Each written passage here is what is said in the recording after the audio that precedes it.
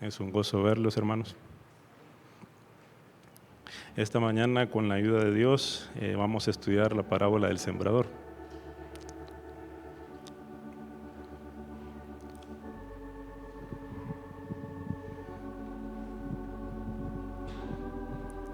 Vamos a ir a Marcos 4:1.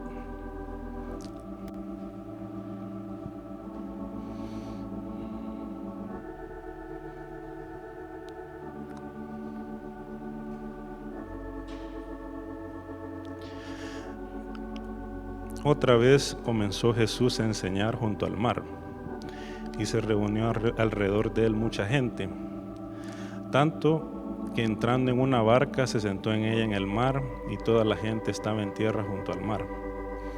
Y les enseñaba por parábolas muchas cosas, y les decía en su doctrina: oíd, he aquí el sembrador salió a sembrar.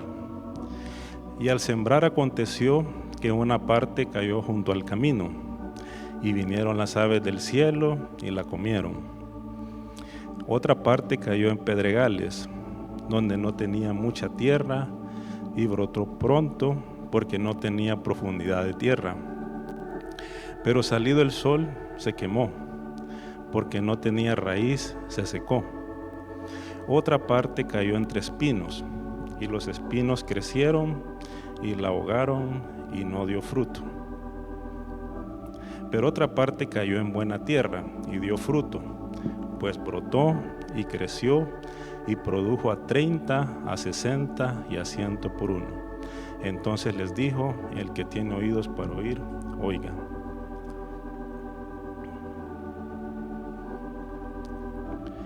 Más adelante, Él les explica el propósito de las parábolas.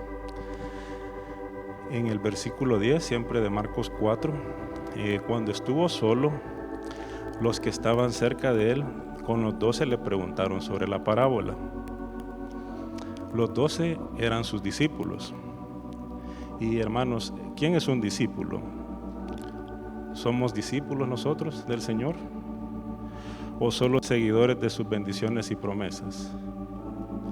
En Marcos 4:11, y les dijo: a vosotros os he dado saber el misterio del reino de Dios, mas a los que están fuera, por parábolas todas las cosas.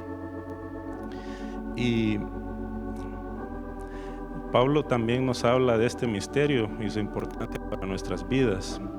En Colosenses 2:1 dice: porque quiero que sepáis cuán gran lucha sostengo por vosotros, y por los que están en la Odisea, y por todos los que nunca han visto mi rostro, para que sean consolados sus corazones, unidos en amor, hasta alcanzar todas las riquezas de pleno entendimiento, a fin de conocer el misterio de Dios el Padre y de Cristo, en quien están escondidos todos los tesoros de la sabiduría y del conocimiento. A eso nos quiere llevar Dios, hermano. Y esto lo digo para que nadie os engañe con palabras persuasivas. Y dice siempre Pablo en el 2:5: porque aunque estoy ausente en cuerpo, no obstante en espíritu estoy con vosotros, gozándome y mirando vuestro buen orden y la firmeza de vuestra fe en Cristo. También en el versículo 12 dice: para que viendo vean y no perciban, y oyendo oigan y no entiendan, para que no se conviertan y les sean perdonados los pecados. Yo meditaba mucho en esto, y en Lucas 12:47 podemos ver que esta es una prueba grande del amor de Dios, porque dice que aquel siervo que, conociendo la voluntad de su Señor, no se preparó ni hizo conforme a su voluntad, recibirá muchos azotes. Mas en el 48 dice: mas el que sin conocerla hizo cosas dignas de azote, será azotado poco. Porque a todo aquel a quien se haya dado mucho, mucho se le demandará, y al que mucho se le haya confiado, más se le pedirá. Ese también es un misterio de las parábolas. ¿Por qué les hablaba en parábolas? porque sabía también que muchos no iban a responder ese llamado. Y quiera Dios que nosotros sí seamos de los que estamos que estemos en el buen camino y demos mucho fruto. En el versículo 13 siempre de Marcos 4, y les dijo: ¿no sabéis esta parábola? ¿Cómo pues entenderéis todas las parábolas? Esta es una pregunta que creo que viene no solo era para los discípulos, sino que también para nosotros, porque la parábola del sembrador es clave para entender todas las parábolas de Jesús. Y de hecho esta pregunta nos tiene que inquietar el corazón realmente. Repito nuevamente, y les dijo: ¿no sabéis esta parábola? ¿Cómo pues entenderéis todas las parábolas? Esta es una pregunta que se le hizo a aquellos también que lo querían matar. En Juan 8:43 les dijo: ¿por qué no entendéis mi lenguaje? Y les dijo: porque no podéis escuchar mi palabra. Hermanos, ¿qué impide que nosotros leamos la Biblia? ¿Qué impide que nosotros vengamos a la iglesia, a este lugar? ¿Qué impide que escuchemos su palabra en nuestros corazones? ¿Qué impide que estemos aquí los domingos? Tomemos en cuenta que eso puede ser determinante entre ser un amigo y un enemigo de Dios. Y es importante para que entendamos su lenguaje. Debemos dedicar tiempo a las Escrituras para poder entender su lenguaje.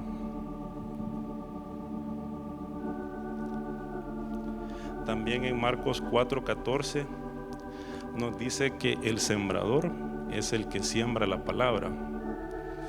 En Marcos 4:15 dice: y estos son los de junto al camino, en quienes se siembra la palabra, pero después que la oye, enseguida viene Satanás y quita la palabra que se sembró en sus corazones.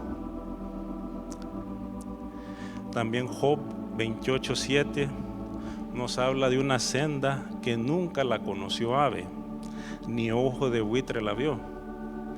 Sabemos que Jesús es el camino, la verdad y la vida. Sabemos que es el único camino al Padre, que es un camino estrecho, tan estrecho que podríamos decir que podría ser algo así. Si nosotros estamos junto al camino, estamos fuera del camino.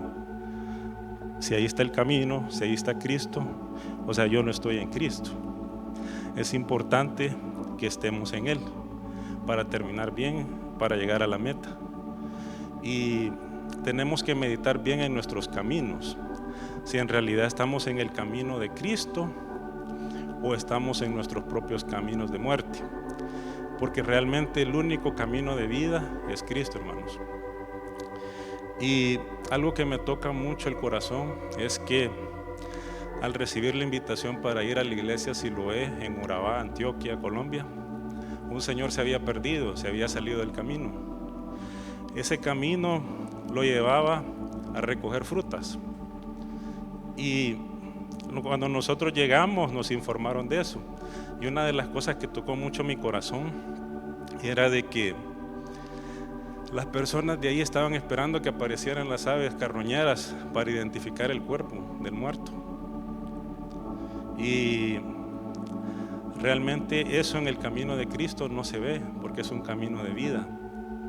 Pero los otros caminos, si nosotros nos desviamos del único camino, trae muerte. Y este señor se perdió, lo anduvieron buscando. En la iglesia se hizo una oración, iglesia Siloé, que todos recuerdan que en Juan 9 habla del estanque de Siloé, donde Dios le hizo los ojos otra vez al ciego, ¿verdad? Al ciego de nacimiento. Y también una cosa que muchas personas se pierden es por la falta de visión.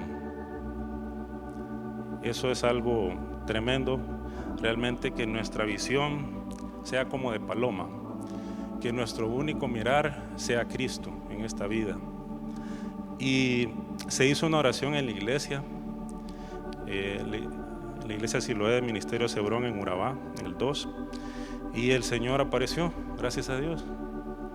Pero adivinen cómo se llama el muchacho, si no me equivoco, el que lo encontró. Jesús. Solo Jesús nos puede encontrar si nos salimos del camino, hermanos. Ahí ni nuestros padres, ni nuestros amigos, ni nadie. Solo Jesús nos puede traer de vuelta si nos salimos de aquí. Y pues iba mucha gente con él, muy feliz. Y nosotros también estábamos gozosos porque él pasó a un lado de la iglesia. Y la verdad que fue algo que tocó mucho mi corazón porque yo nunca lo había visto esto tan de cerca. Y sí es complicado. Sabemos que es un camino estrecho, hermanos, puede ser hasta incómodo para muchos, pero es el único camino de vida. Y fuera de él hay muerte, hermanos. Y un ejemplo de este grupo son los fariseos. En Mateo 23, 27, él les dice algo. Y yo no entendía por qué él les hablaba así, honestamente. Él les dice: ay de vosotros, y nótese que eran personas de los más estudiados de la ley de Dios, eran los que tenían que entender su lenguaje, eran los que se suponía que tenían que esperarlo, así como vieron otras personas como los magos que vinieron del oriente, los reyes que vinieron del oriente, tenían realmente estarlo esperando. Pero él les dice algo: ay de vosotros, escribas y fariseos hipócritas, porque sois semejante a sepulcros blanqueados, les dice. ¿Y por qué les dice sepulcro blanqueado? Porque ellos no estaban en el camino. Y debemos de entender que todo el que está fuera del camino está en muerte. Se escucha feo, pero es la verdad, hermanos. Y eso es algo también que tiene que ver con nosotros, con quién tenemos comunión, con quién hablamos, con quién nos relacionamos, con quiénes tenemos plática. Si tenemos plática con los hijos de Dios o con los muertos, hermanos. Platicamos con muertos que no nos pueden traer vida, no nos pueden hablar nada de Cristo, sino que solo muerte.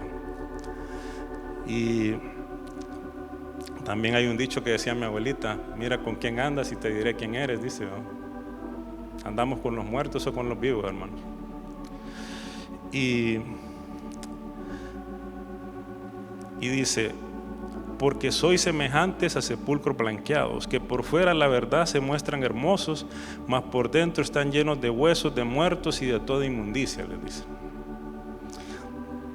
En Mateo 8:22, Jesús le dijo: sígueme, deja que los muertos entierren a sus muertos. ¿Cómo va a ser esto? O sea que todo el que está fuera del camino está muerto, ¿no? Marcos 12:27 dice que Dios no es Dios de muertos, sino Dios de vivos. Así que vosotros mucho erráis, dice. Es la importancia de estar en el camino y tener vida, porque es el camino, la verdad y la vida. Fuera de eso hay todo lo contrario. Hay muerte, nuestros caminos de muerte y mentiras. Y Mateo 13:4 dice: y mientras sembraba, parte de la semilla cayó junto al camino, y vinieron las aves y la comieron. En el versículo 19 dice: cuando alguno oye la palabra del reino y no la entiende, viene el malo y arrebata lo que fue sembrado en su corazón. Este es el que fue sembrado junto al camino. Hermanos, que realmente nosotros tengamos un anhelo de entender la palabra, de escudriñar la palabra, que no solo seamos oidores, ¿verdad?, sino también hacedores. Y también estar en Cristo, hermanos, es parte fundamental para reinar con Cristo. En Primera de Reyes 2:4 dice: para que confirme Jehová la palabra que me habló, diciendo: si tus hijos guardaren mi camino, andando delante de mí con verdad. de todo su corazón y de toda su alma, jamás dice, faltará a ti varón en el trono de Israel. El salmista decía, escogí el camino de la verdad, que podamos escoger a Cristo en cada decisión de nuestras vidas. En Salmo 119:30 dice, escogí el camino de la verdad, he puesto tus juicios delante de mí. Que podamos elegir a Cristo, hermanos, en cada decisión, en cada día, por más difícil que sea. No es fácil, hermanos, vivir en santidad, no es fácil, realmente cuesta mucho, hay que pagar un precio muy alto, pero dice también la Biblia que compra la verdad y no la vendas, dice. O sea, si nosotros entendemos que hay un gran tesoro en esto, vamos a estar dispuestos a pagar el precio. Si algunos les dijeran que hay un terreno por aquí que tiene una mina de oro, ¿cuántos venderían la casa para comprarla? O hicieran grandes esfuerzos. Creo que todos, ¿no? Y segunda de Pedro 2:2 dice, y muchos seguirán sus disoluciones, por causa de los cuales el camino de la verdad será blasfemado. Primera de Samuel 4:13 también nos habla de un personaje que estaba junto al camino. Y cuando llegó, he aquí que Elí estaba sentado en una silla vigilando, ¿dónde?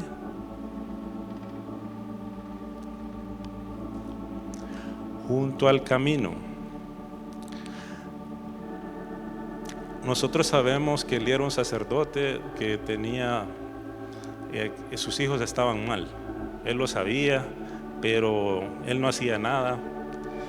Y primera de Samuel 4:13 dice, y cuando llegó, he aquí que Elí estaba sentado en una silla vigilando junto al camino, porque su corazón estaba temblando por causa del arca de Dios. Llegado pues aquel hombre a la ciudad y dadas las nuevas, toda la ciudad gritó. Elí terminó mal, hermanos. ¿Quiénes se acuerdan de la vida de Elí, el sacerdote? Aquí. Bueno. En primera de Samuel 26:3 nos habla de un rey que estaba junto al camino. Y acampó Saúl en el collado de Aquila, que está al oriente del desierto, junto al camino. Y estaba David en el desierto y entendió que Saúl seguía en el desierto. Aquí él estaba junto al camino y andaba buscando a David para matarlo. O sea, estar fuera del camino no solo trae muerte a la propia persona, sino que esa persona le quiere infligir muerte a otros también. Porque si se han fijado, casi siempre cuando alguien sale del camino, siempre quiere llevarse al otro, ¿no? Llevárselo a la muerte. Y eso pasó con Saúl. Él estaba fuera del camino y andaba buscando a David para matarlo.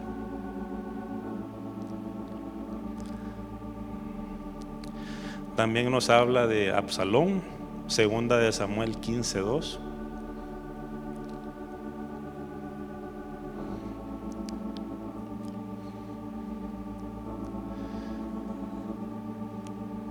Y se levantaba Absalón de mañana y se ponía a un lado del camino, junto a la puerta.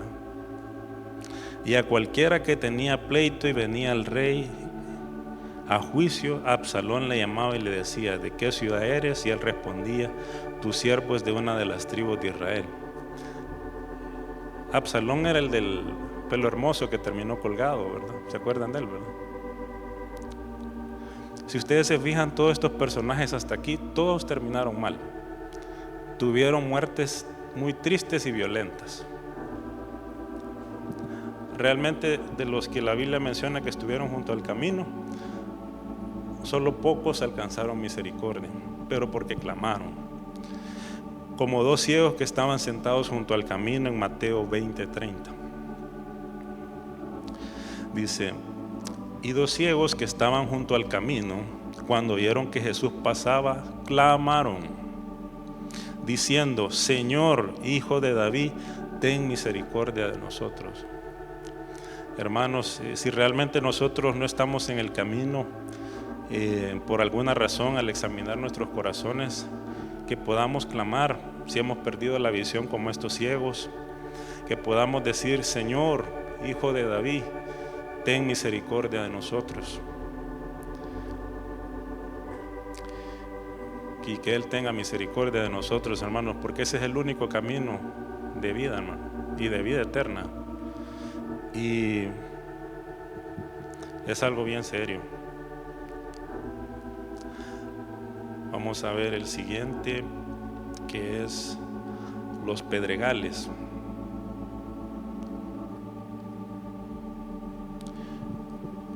En Marcos 4:5 dice: otra parte cayó en pedregales, donde no tenía mucha tierra, y brotó pronto, porque no tenía profundidad de tierra.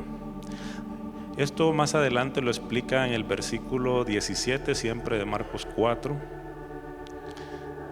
Dice: pero no tienen raíz en sí. Y nosotros sabemos quién es la raíz de Isaí, ¿verdad? Es Jesús. Necesitamos tener a Cristo, hermanos. Sino que son de corta duración, porque cuando viene la tribulación o la persecución por causa de la palabra, luego tropiezan. Esto también es serio, porque algunos podrán decir: bueno, si Moisés fuera mi líder, si Jesús fuera mi líder, pues no pasarían estas cosas, digamos. Pero vamos a Juan 6:60, donde Él les habla palabras de vida eterna. Dice: al oírlas, muchos de sus discípulos, no dice de seguidores, no dice de gente que estaba por ahí, ¿verdad? Dice discípulos, ni siquiera de los fariseos. Dijeron: dura es esta palabra, ¿quién la puede oír? Sabiendo Jesús en sí mismo que sus discípulos murmuraban de esto, les dijo: ¿esto os ofende? Pues qué si veréis al Hijo del Hombre subir a donde estaba primero.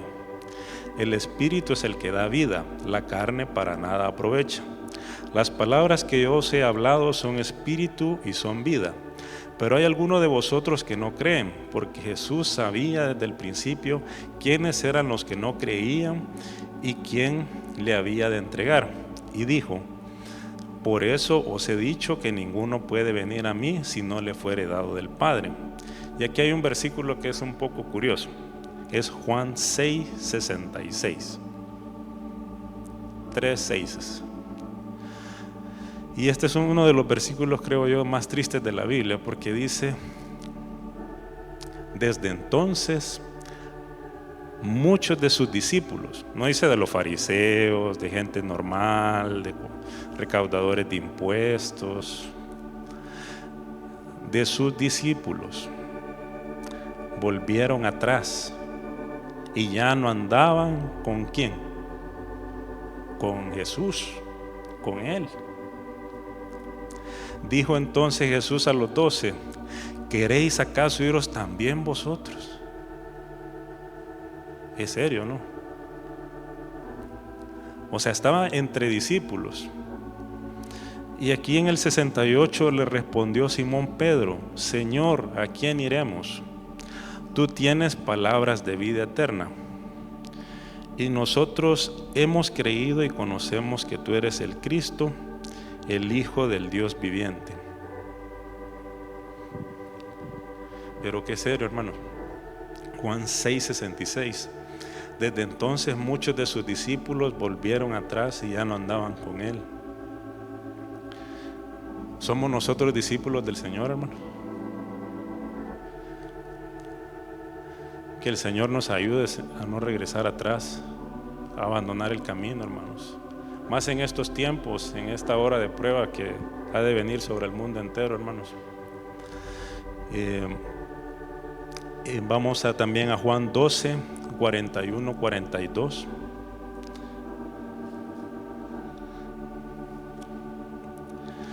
Dice: Isaías dijo esto cuando vio su gloria y habló acerca de él.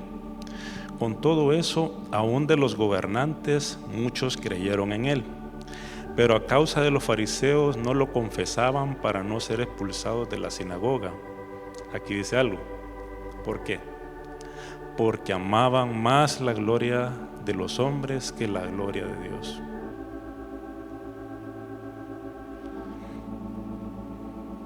Y ese también es parte del mensaje del Pedregal, porque si no queremos ser incomodados, si no queremos entrar en tribulación y angustia para padecer por Cristo, terminaremos amando más lo que este mundo da, lo que este mundo ofrece. ¿Y qué ofrece este mundo, hermano? Placeres temporales del pecado. Todo es vanidad. O sea, no es nada eterno.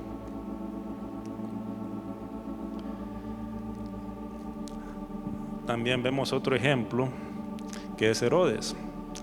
En Marcos 6, versículos del 17 al 24.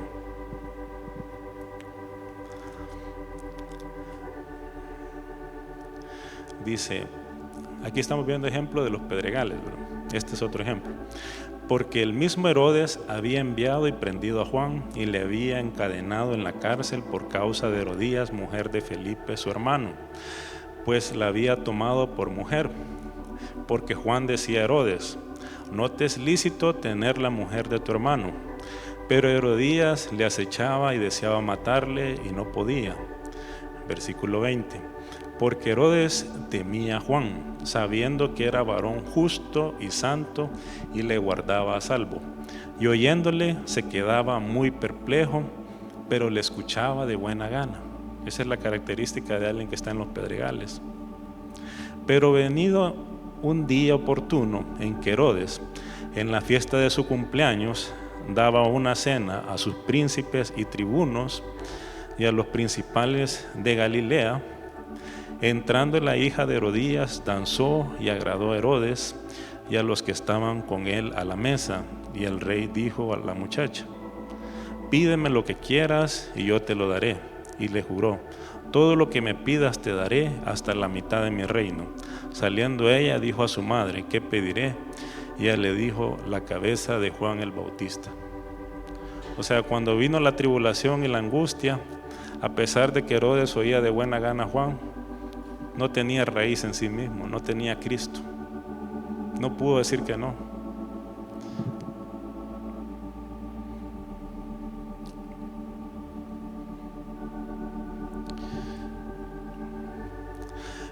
Según Apocalipsis 3:10,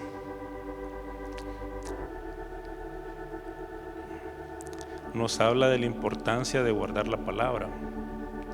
Dice, por cuanto has guardado la palabra de mi paciencia, yo también te guardaré de la hora de la prueba que ha de venir sobre el mundo entero para probar a los que moran sobre la tierra.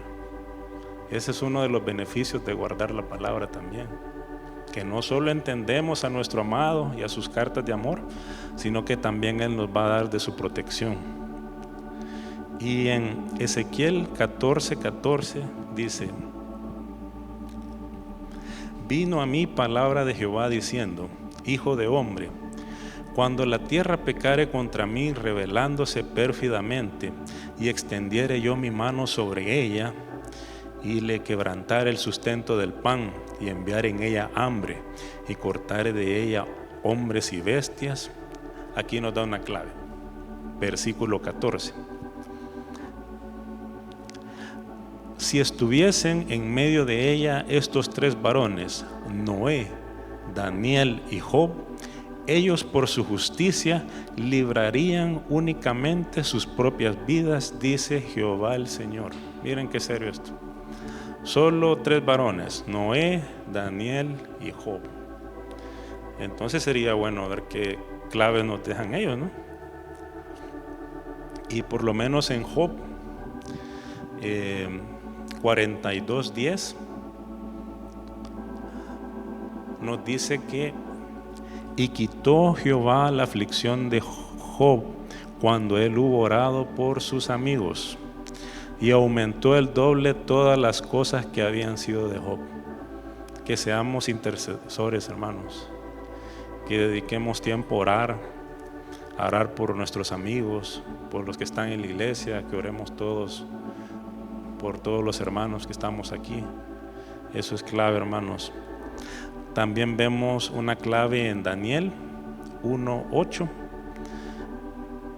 y dice: y Daniel propuso en su corazón no contaminarse con la porción de la comida del rey, ni con el vino que él bebía. Pidió por tanto al jefe de los eunucos que no le obligase a contaminarse.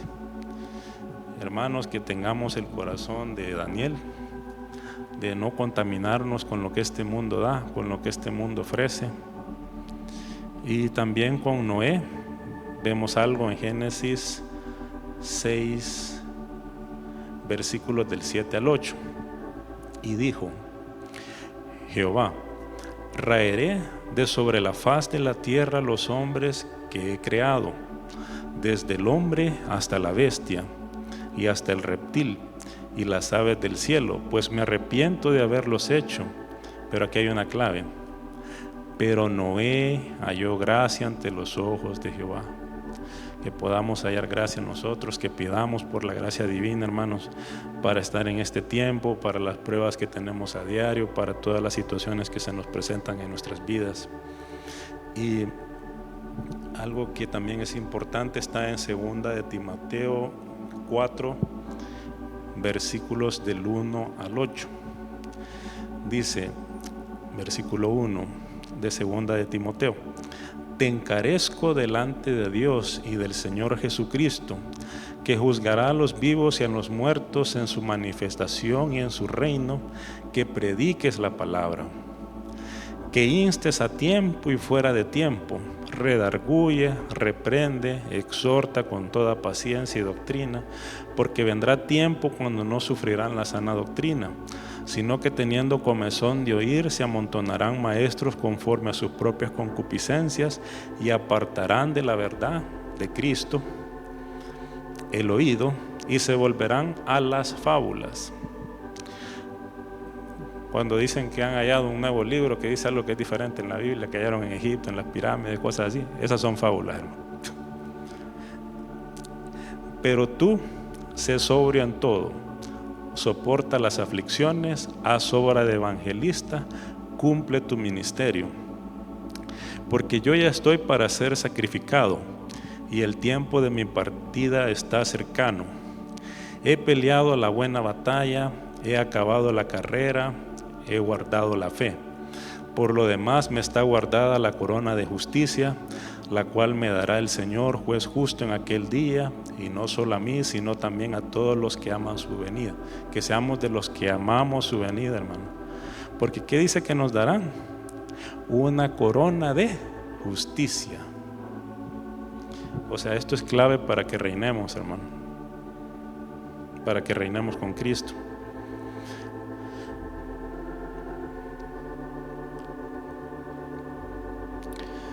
También Mateo 13:7 nos dice sobre los espinos. Versículo 7 de Mateo 13: y parte cayó entre espinos, y los espinos crecieron y la ahogaron. En el versículo 22 siempre de Mateo 13 dice: el que fue sembrado entre espinos, este es el que oye la palabra, pero el afán de este siglo y el engaño de las riquezas ahogan la palabra y se hace infructuosa. También 2 de Samuel 23:6 nos dice: mas los impíos serán todos ellos como espinos arrancados, los cuales nadie toma con la mano. Hermanos, estar entre impíos nos puede llevar a buscar los afanes de este siglo y el engaño de las riquezas también. Tampoco no nos vayamos a un extremo, no es que no vamos a trabajar tampoco, pero que no sea realmente un estorbo en nuestra caminata, que por trabajar no vengamos a la iglesia, que por trabajar no leamos la Biblia, que por trabajar no oramos, que por trabajar no dedicamos tiempo al reino de Dios, ¿me entienden? Y Primera de Timoteo 6:10 dice: porque raíz de todos los males es el amor al dinero, el cual codiciando algunos se extraviaron de la fe y fueron traspasados de muchos dolores. Proverbios 1:19 nos dice: tales son las sendas de todo el que es dado a la codicia, la cual quita la vida de sus poseedores. Mateo 10:28: y no temáis a los que matan el cuerpo, mas el alma no pueden matar. Temed más bien a aquel que puede destruir el alma y el cuerpo en el infierno.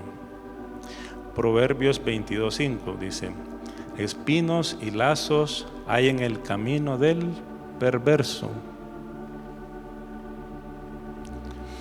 El que guarda su alma se alejará de ellos. Que realmente, hermanos, nosotros nos podamos alejar de los espinos que traen muerte. Y esa es una lucha, yo creo que bastante importante para todos los cristianos en esta época. Y el Señor nos da un consejo en Mateo 6:25, donde dice: no os afanéis. Mateo 6:25 dice: por tanto os digo, no os afanéis por vuestra vida, que habéis de comer o que habéis de beber, ni por vuestro cuerpo, que habéis de vestir. ¿No es la vida más que el alimento y el cuerpo más que el vestido? Mirad las aves del cielo, que no siembran, ni siegan, ni recogen en graneros, y vuestro Padre Celestial las alimenta. ¿No valéis vosotros mucho más que ellas? ¿Y quién de vosotros podrá, por mucho que se afane, añadir a su estatura un codo? Y por el vestido, ¿por qué os afanáis? Considerad los lirios del campo, cómo crecen, no trabajan ni hilan. Pero os digo que ni aun Salomón con toda su gloria se vistió así como uno de ellos. En el versículo 30, siempre de Mateo 6, dice: y si la hierba del campo, que hoy es, y mañana se echa en el horno, Dios la viste así, ¿no hará mucho más a vosotros, hombres de poca fe? No os afanéis pues diciendo: ¿qué comeremos, o qué beberemos, o qué vestiremos? Porque los gentiles buscan todas estas cosas, pero vuestro Padre Celestial sabe que tenéis necesidad de todas estas cosas. Y aquí nos da un consejo: mas buscad primeramente el reino de Dios y su justicia, y todas estas cosas os serán añadidas. Así que no os afanéis por el día de mañana, porque el día de mañana traerá su afán. Basta cada día su propio mal. Y también Cantares 2:2 nos dice algo muy importante. Dice: como el lirio entre los espinos, así es mi amiga entre las doncellas. Esa es la condición de la iglesia en esta época, hermano. Estamos como un lirio entre los espinos. Y Jeremías 12:13 dice: sembraron trigo y segaron espinos, tuvieron la heredad, mas no aprovecharon nada. Se avergonzarán de sus frutos a causa de la ardiente ira de Jehová. ¿Qué tipo de fruto nos llevarán los espinos, hermano? ¿Qué tipo de fruto nos llevará a estar en el camino correcto? Ya lo vamos a ver a continuación. Dice Hebreos 6:8: pero la que produce espinos y abrojos es reprobada, está próxima a ser maldecida y su fin es el ser quemada. Seguir el camino de estar en el terreno de los espinos es un lugar de muerte. Realmente es un lugar de preocupación. Y no hay nada malo con tener dinero, hermanos, porque nos acordamos de Abraham, ¿verdad? Nos acordamos de la historia de Abraham y Lot. Génesis 13:1.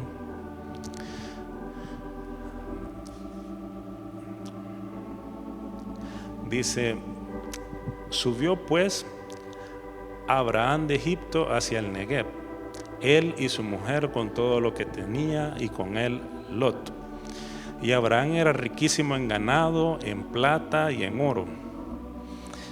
Versículo 3, siempre de Génesis 13, dice: y volvió por sus jornadas desde el Negev hacia Betel, hasta el lugar donde había estado antes su tienda entre Betel y Jai, al lugar del altar que había hecho ahí antes, e invocó ahí Abraham el nombre de Jehová. También Lot, que andaba con Abraham, tenía ovejas, vacas y tiendas, y la tierra no era suficiente para que habitasen juntos, pues sus posesiones eran muchas y no podían morar en un mismo lugar.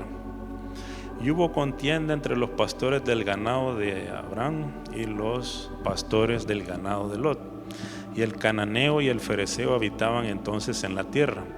Entonces Abraham dijo a Lot: no hay ahora altercado entre nosotros dos, entre mis pastores y los tuyos, porque somos hermanos. Versículo 9. ¿No está toda la tierra delante de ti? Yo te ruego que te apartes de mí. Si fueres a la mano izquierda, yo iré a la derecha.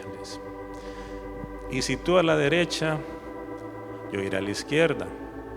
Realmente ese es el corazón que Dios quiere que tengamos, hermano. Que si nos piden una mejilla, que pongamos la otra. Pero qué difícil es, ¿verdad? Qué difícil es. Y el problema no es la riqueza, sino que el corazón que tenemos que tener para tenerlas. Porque nosotros sabemos cómo terminó Abraham y cómo terminó Lot. Lot terminó que lo sacaron de emergencia a los ángeles de Sodoma. Su mujer terminó en una estatua de sal. Esos pastores, esos ganados desaparecieron. Perdió a sus hijos. Pero aún así él alcanzó a misericordia. Pero realmente se ve que como que parte del rescate de él por su vida fue la intercesión de Abraham. Cuando él dice: y si hubieren 10 justos en esa ciudad, los salvará por amor de esas. O sea, realmente Lot, yo creo que él alcanzó misericordia por las oraciones de Abraham. Pero ¿qué hubiéramos hecho nosotros si un familiar nos roba propiedades y cosas así? Ir a un juzgado, orar por él. ¿Qué hubiéramos hecho? Hubiéramos tenido el corazón de Abraham. Y dice: y alzó Lot sus ojos y vio toda la llanura del Jordán, que toda era como riego, como el huerto de Jehová, como la tierra de Egipto en la dirección de Zoar, antes que destruyese Jehová a Sodoma y a Gomorra, donde estaba viviendo él, por cierto. Porque él poco a poco fue acercando su tienda hasta que llegó a vivir ahí. Y por poco y termina muerto con ellos también. El camino los pasos para alejarse del camino son como el de Lot, poco a poco. Y dice en el versículo 11: entonces Lot escogió para sí toda la llanura del Jordán, y se fue Lot hacia el oriente, y se apartaron el uno del otro. Abraham acampó en la tierra de Canaán, en tanto que Lot habitó en las ciudades de la llanura, y fue poniendo sus tiendas hasta Sodoma. Mas los hombres de Sodoma eran malos y pecadores contra Jehová en gran manera.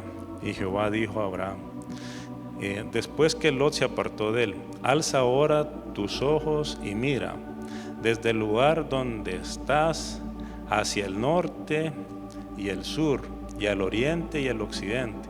O sea, porque toda la tierra que ves la daré a ti y a tu descendencia para siempre. O sea que le estaba diciendo que lo que acababa de perder él se lo iba a dar, y le iba a dar más todavía. Le acababan de hacer una gran injusticia a Abraham. Él confió en la soberanía y la misericordia de Dios, y al final Dios le terminó dando más de lo que él perdió. Y en el versículo 16 dice: y haré tu descendencia como el polvo de la tierra. Ahí vino la bendición de Abraham después de una situación difícil en la familia. Que si alguno puede contar el polvo de la tierra, también tu descendencia será contada. Versículo 17: levántate, ve por la tierra a lo largo de ella y a su ancho, porque a ti la daré. Abraham, pues, removiendo su tierra, vino y moró en el encinar de Manre, que está en Hebrón, y edificó ahí altar a Jehová. ¿Cómo se llama el ministerio en el que estamos nosotros, no? Ministerio de Hebrón, ¿verdad? Que permanezcamos en ese lugar, hermanos, en este lugar. En Mateo 19:29 nos dice algo muy importante para entender mejor lo que le había pasado a Abraham. Dice: y cualquiera que haya dejado casas, o hermanos, o hermanas, o padre, o madre, o mujer, o hijos, o tierras, por mi nombre, recibirá 100 veces más y heredará la vida eterna. Está bueno el pago, ¿no? ¿Quién quiere que le paguen 100 veces más? Todos, ¿no? 100 veces más.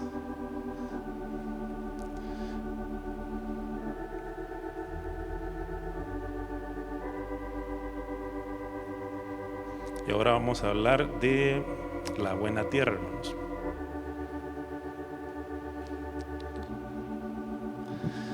Mateo 13:8.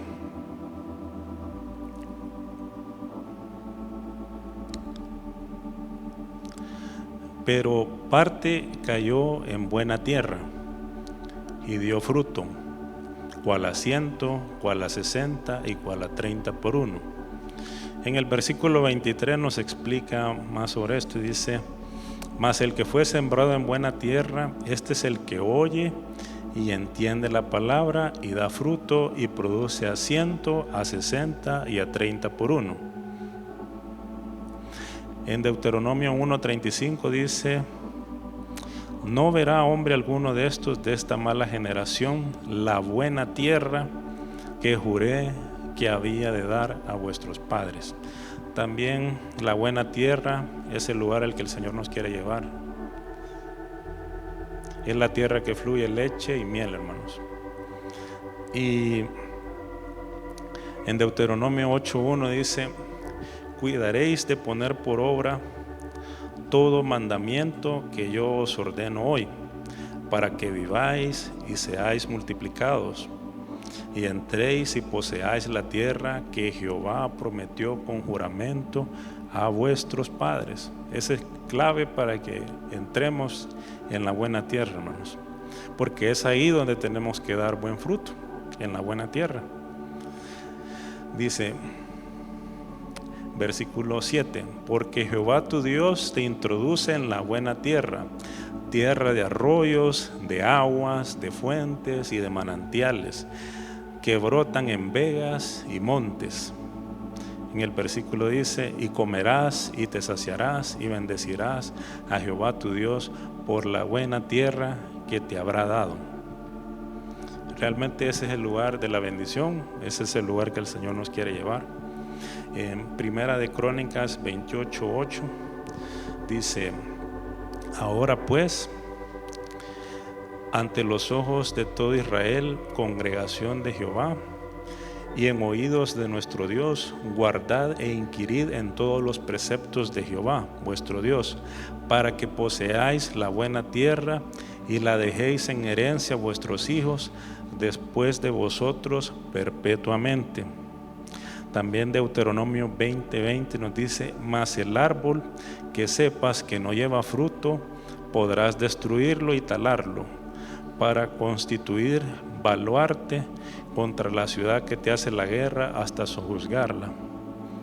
También el Salmo 1:3 nos habla del árbol plantado junto a corrientes de aguas. que dice: será como árbol plantado junto a corrientes de aguas, que da su fruto en su tiempo, da fruto en su tiempo, y su hoja no cae, y todo lo que hace prosperará. ¿Eso dónde sucede? En los espinos, en los pedregales, fuera del camino.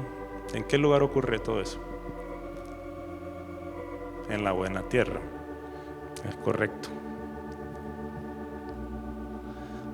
Y nosotros sabemos que la raíz de los justos es Cristo, y Él es el que dará los frutos en nosotros. Proverbios 12:12 dice: codicia el impío la red de los malvados, mas la raíz de los justos dará fruto. Cristo en vosotros es la esperanza de gloria, hermanos. ¿Y cómo es el buen campo? Ezequiel 17:8 dice: en un buen campo junto a muchas aguas fue plantada, para que hiciese ramas y diese fruto, y para que fuese vid robusta. Y hablemos también de la importancia de dar un buen fruto. Mateo 7:19 dice: todo árbol que no da buen fruto es cortado y echado en el fuego. O sea, no solo tenemos que dar fruto, hermanos, a 30, 60 y a 100, sino que tiene que ser buen fruto, de calidad de exportación, digamos, muy bueno.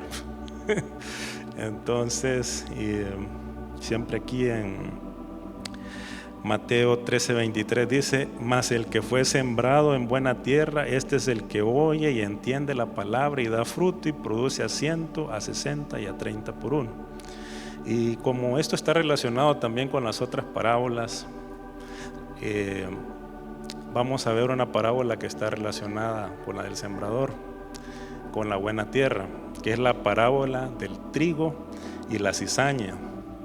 Siempre en Mateo 13:24, versículo 24 de Mateo 13, dice: les refirió otra parábola diciendo: el reino de los cielos es semejante a un hombre que sembró buena semilla en su campo. Pero mientras dormían los hombres, vino su enemigo y sembró cizaña entre el trigo y se fue. Y cuando salió la hierba y dio fruto, entonces apareció también la cizaña. Un ejemplo de esto fue Judas, hermano. Estaba junto al Señor, pero era cizaña. Y es triste, la verdad, que aún en el camino correcto, o sea, en la buena tierra, se da la cizaña. Y una de las características que diferencia la cizaña y el trigo es que cuando ya se acerca el tiempo de la cosecha, el trigo se humilla y se agacha, y la cizaña queda erguida. Ahí es donde la identifican y la cortan. También eso habla del orgullo, ¿no? O sea, si somos humildes, si nos arrodillamos ante el Señor, si somos humildes de corazón. Y 13:28 Él les dijo: un enemigo ha hecho esto. Y los siervos le dijeron: ¿quieres pues que vayamos y la arranquemos? Él les dijo: no sea que al arrancar la cizaña arranquéis también con ella el trigo. Dejad crecer juntamente lo uno y lo otro hasta la siega. Y al tiempo de la siega yo diré a los segadores: recoged primero la cizaña, atadla en manojos para quemarla, pero recoged el trigo en mi granero. Ustedes se acuerdan que antes de que muriera Jesús y sus discípulos, ¿quién murió primero? Judas. O sea, primero fue recogida la cizaña. Y también Isaías 27:6 nos dice: días vendrán cuando Jacob, o sea Israel, echará raíces, florecerá y echará renuevos Israel, y la faz del mundo llenará de fruto. ¿Pero qué frutos, hermanos? ¿Qué frutos anhela este mundo? ¿Qué frutos necesitamos nosotros para terminar bien nuestras caminatas? Los frutos del Espíritu. Porque con eso es casi imposible que llenemos la iglesia, que traigamos a nuestros familiares, que terminemos bien nuestra caminata. Incluso para nosotros eso es necesario. No hablemos de llenar aquí, ¿va? Eso es importante para todo. Y dice Gálatas 5:22, donde nos habla de los frutos del Espíritu. Dice: mas el fruto del Espíritu es amor, gozo, paz, paciencia, benignidad, bondad, fe, mansedumbre. Y miren que cada cosa es profunda. Cada cosa podría salir una prédica de esto. Solo hablar de la fe. Imagínense. La fe de Abraham, por ejemplo. Pero aquí lo menciona seguido. Imagínense todo lo que tenemos que hacer nosotros. Bueno, 23. Mansedumbre, templanza. Y dice: contra tales cosas no hay ley. Pero los que son de Cristo han crucificado la carne con sus pasiones y deseos. Si vivimos por el Espíritu, andemos también por el Espíritu. No nos hagamos vanagloriosos, irritándonos unos a otros, envidiándonos unos a otros. Y dice del amor de Dios en Proverbios 10:12. Dice: el odio despierta rencillas, pero el amor cubrirá todas las faltas. Es por el amor de Dios que todas nuestras faltas serán cubiertas con la sangre de Cristo, y de esa manera vamos a alcanzar salvación, hermanos. Pero ese amor tiene que ser correspondido también, ¿no? a nuestro Señor. Y siempre de todos los frutos que habla, vamos a hacer énfasis en el amor antes de terminar. Y dice Mateo 24:12: y por haberse multiplicado la maldad, el amor de muchos, ¿qué dice? Se enfriará. Estos son los tiempos que estamos viviendo ya, donde el amor de muchos se está enfriando. El amor de los padres, de los hijos hacia los padres, y de los padres hacia los hijos, hacia nuestras autoridades, hacia nuestros semejantes. Empezamos a ver con indiferencia, incluso si vemos a alguien con necesidad en la calle. El amor se está enfriando, hermano. Tenemos que rogarle al Señor que eso no siga avanzando en nuestros corazones, que clamemos como aquellos ciegos, hermanos.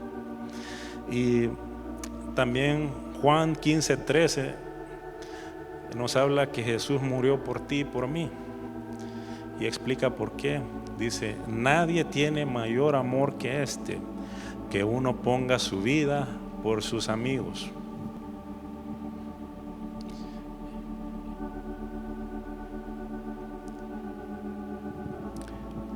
En Romanos 8:35 dice: ¿quién nos separará del amor de Cristo? Tribulación, o angustia, o persecución, o hambre, o desnudez, o peligro, o espada. ¿Qué nos recuerda esto? Los pedregales, ¿verdad? Esos son los pedregales. Dice Romanos 12:9: el amor sea sin fingimiento, aborreced lo malo, seguid lo bueno.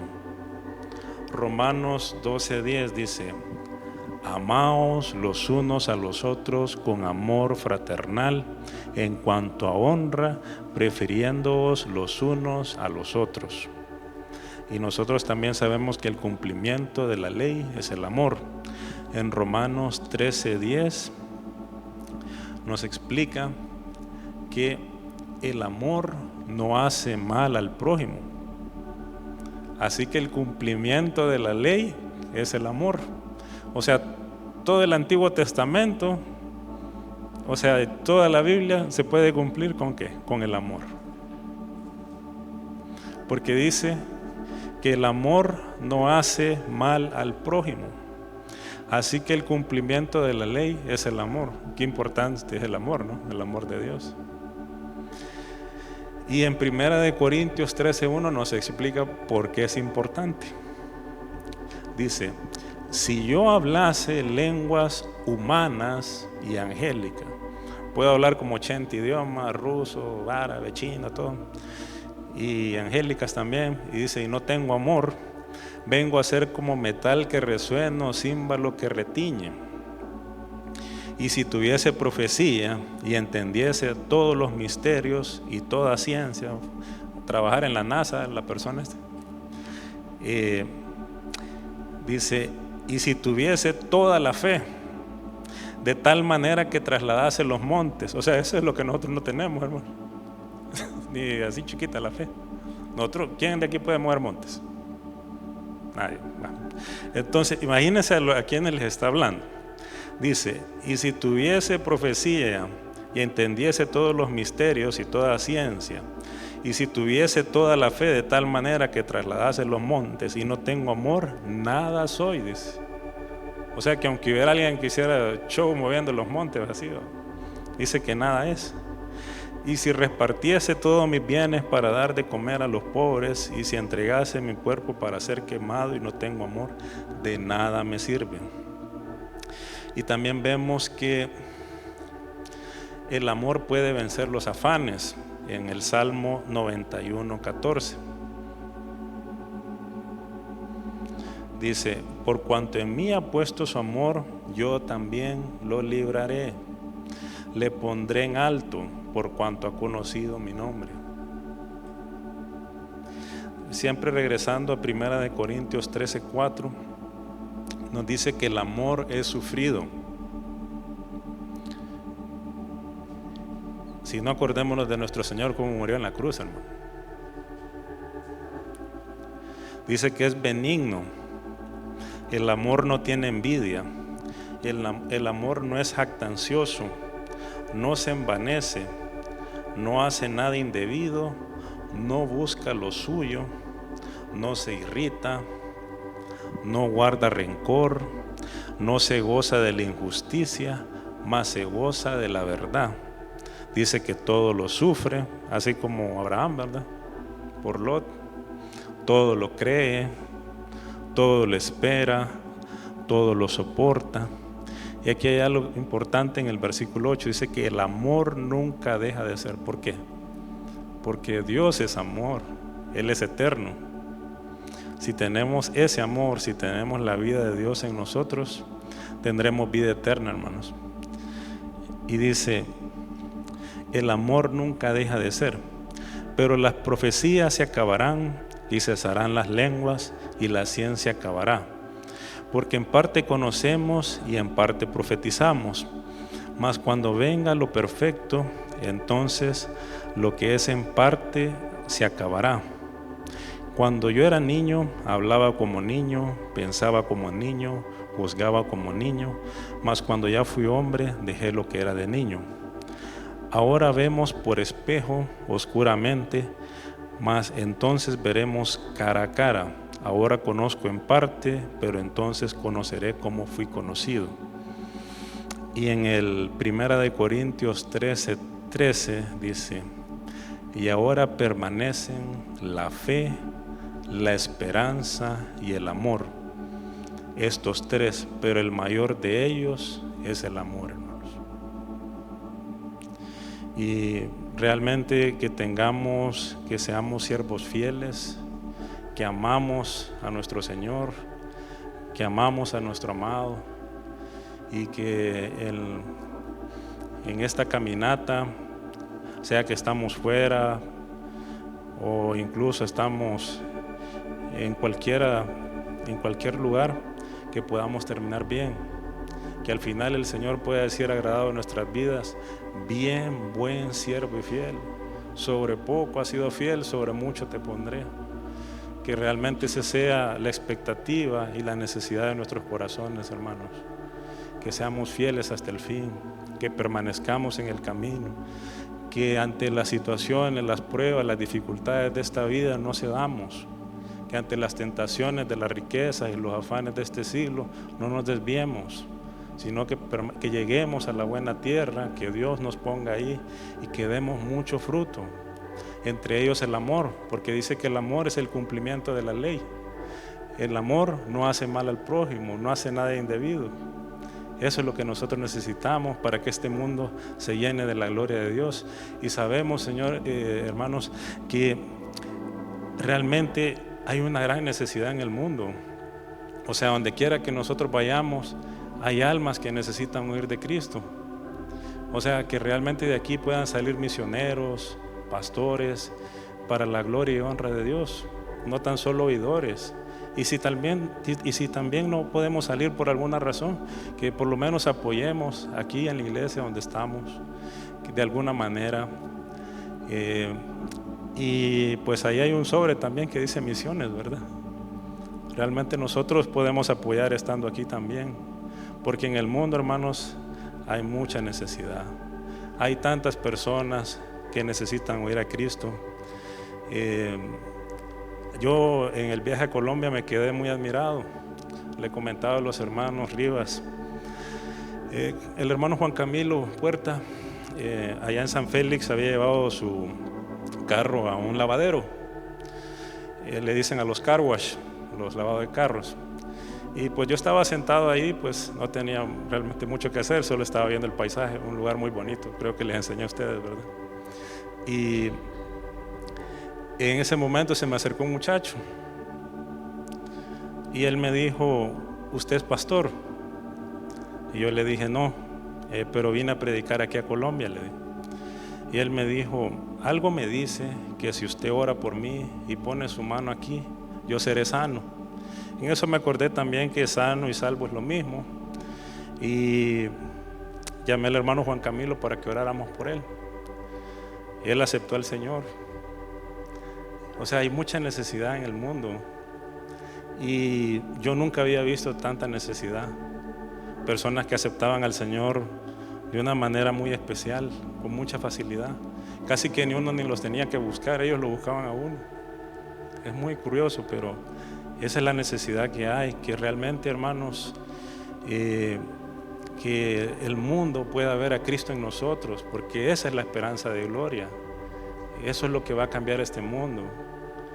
Eso con lo que Dios quiere llenar este mundo, con su gloria, con nosotros, con Cristo en vosotros, la esperanza de gloria. Hermanos, y que seamos siervos fieles, que podamos cantar que sea fiel. Porque realmente es difícil, hermanos. En cada etapa de nuestra vida, desde los bebés hasta personas mayores, vemos tropiezos, vemos caídas, vemos dificultades, aún en lo natural y más en lo espiritual.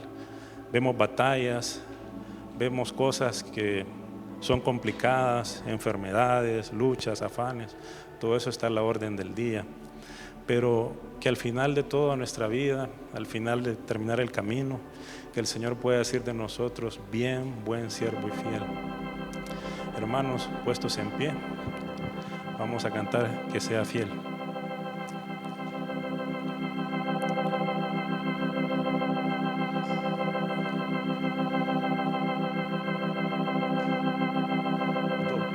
Que sea fiel.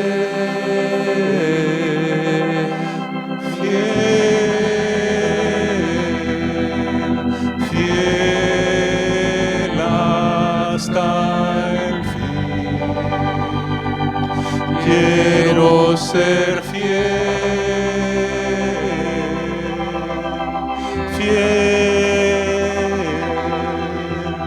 fiel hasta el fin.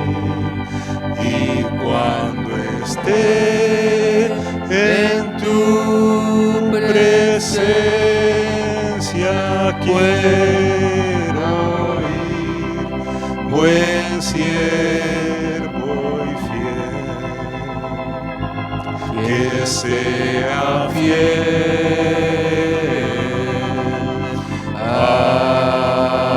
hasta el fin, que sea fiel, fiel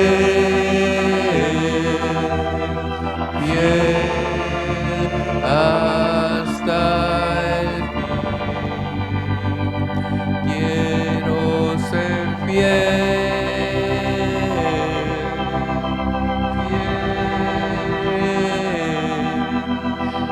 fiel hasta el fin.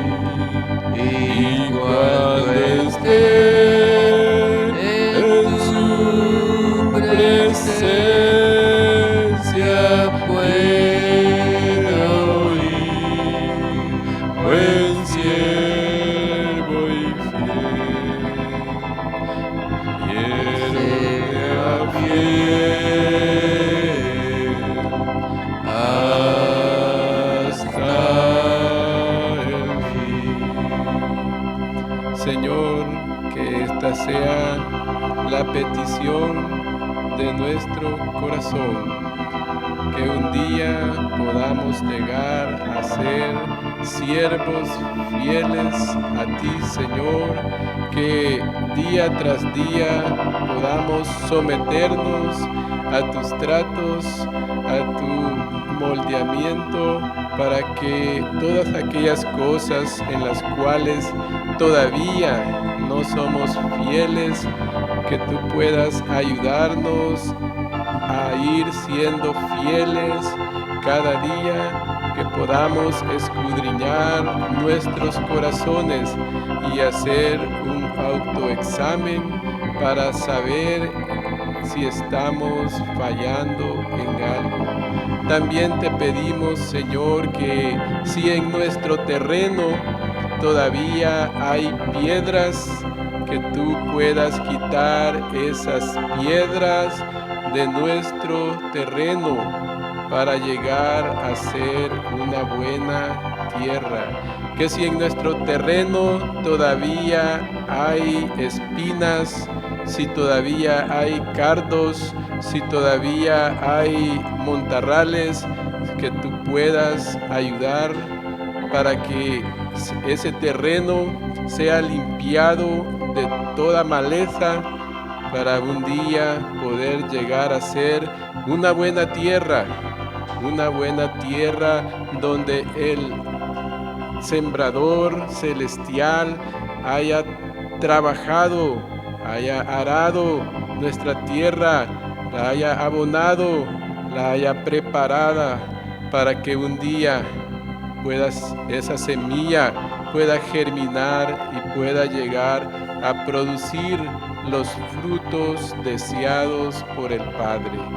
Gracias, Señor, te bendecimos y te exaltamos.